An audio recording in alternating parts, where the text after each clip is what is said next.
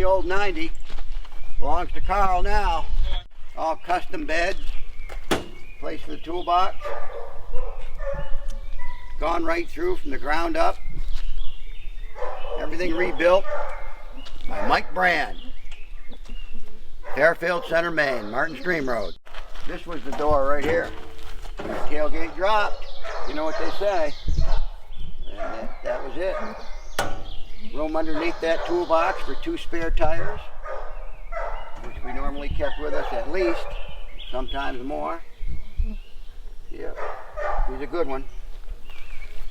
Iron bumper. Never know what you might back into.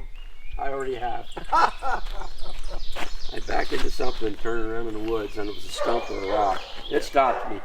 Yeah, that'll stop you cold right there. Got added leaf springs on both sides.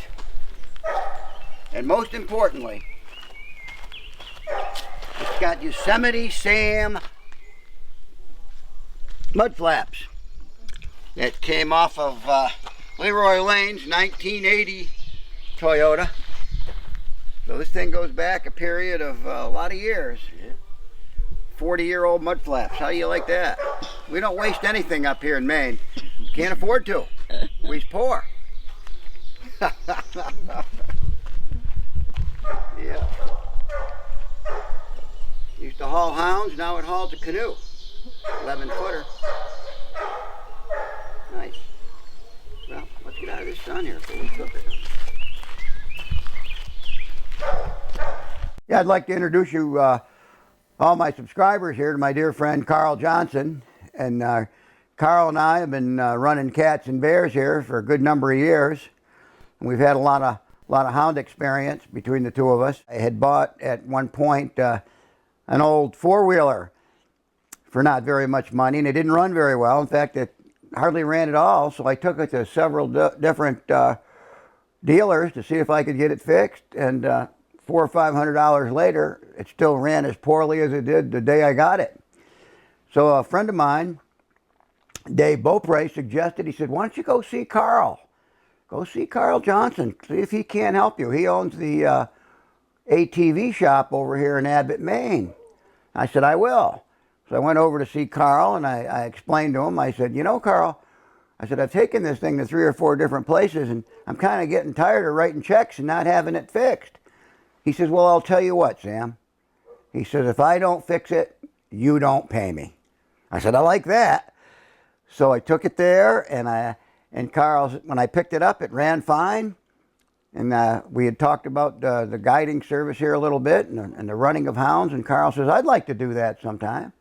And I said, Carl, I'll tell you what. You keep my junk running for me, and guess what? You hunt with me anytime you want. And that's about how our relationship started out. And of course, we became great friends over the years. Yeah. And in the meantime, we'd been on some pretty exciting cat and bear hunts.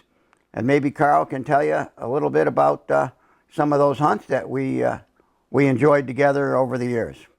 Probably the first big game that you and I were on was a Bobcat. Yeah, I believe it was. It was not too far here from the lodge that... Right down the snowmobile trail. We found a Bobcat track. Right. And if my memory serves me correctly, we had Josie and Fancy. I believe so, yeah. And of course, you being the crack shot that you are. Well, luck.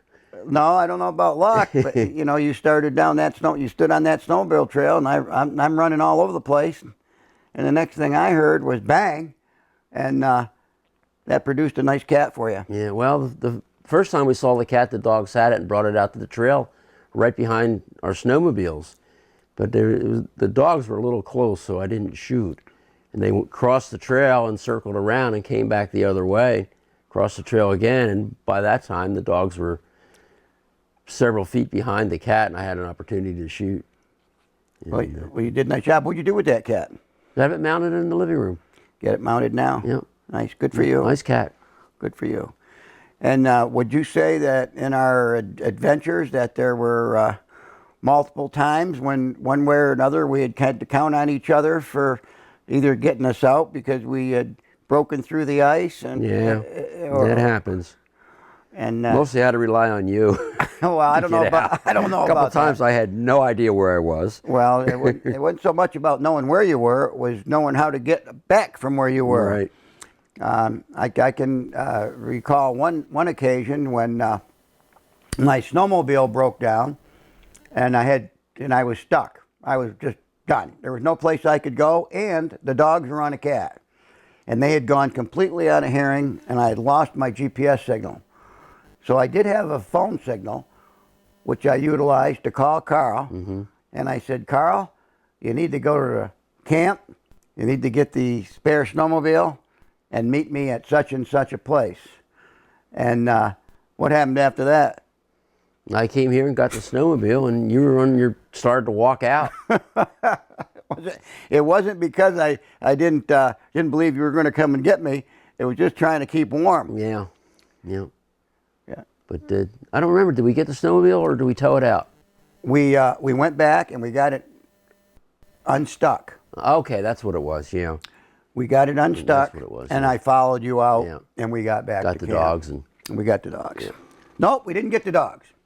I'm sorry that we did not get the dogs that day. I came back to camp, and with no signal, I drove around, still no signal. My wife got a phone call, Oh, okay. and it was from a lady in Abbott who had one of them, and the other one wouldn't get in her car. Oh, okay. So she sat there on the side of the road for an hour and 45 minutes and waited for me to get there. And by daylight, I had the second dog, and that concluded that day. Okay. You know, of all the times to get stuck and lose a dog tracking signal was that. Well, Carl, you know the ATV shop, is that still functional? No, it is, but it's not. I don't run it anymore. It's been rented out, and the guy that's renting it is doing ATVs, snowmobiles, and autos and trucks. He's doing all of that. So he's still working. Yeah, he's doing well. He's doing well. Yep. He's still doing well. Yep. And what are you doing now to keep yourself busy? I'm fishing and walking the dog, and that's about it right now. Yeah. Well, I can say one thing about Carl is that there isn't anything he can't fix. If it's broke, he can fix it. However, after multiple years of hunting with Carl, the GPS still baffles him just a little bit. It's awful. I've even had people bring me wheelchairs and sewing machines to fix. No kidding. Yeah. He's done a great job for me over the years, and I've got some video that I'm going to share with people later about a bear hunt that Carl was on, and he finally dispatched the bear. Yeah. After a bunch of Two or three trees, a couple of bays on the ground, I think. Yeah, 2 or 3 different trees, a couple of bays on the ground, and finally the bear got stopped. Yeah. And it wasn't too far of a distance. No, close to the road. Very, very close to the road, 400 or 500 yards from the road, and we dispatched the bear. So, Carl, what else is going on in your life? Anything special that we need to know about? No, just I'm retired and enjoying it. Good for you, because nobody deserves it more than you. Well, been working on motors for a long time. You have. I don't know how you get all configured up there to work on those motors. I would watch you in awe.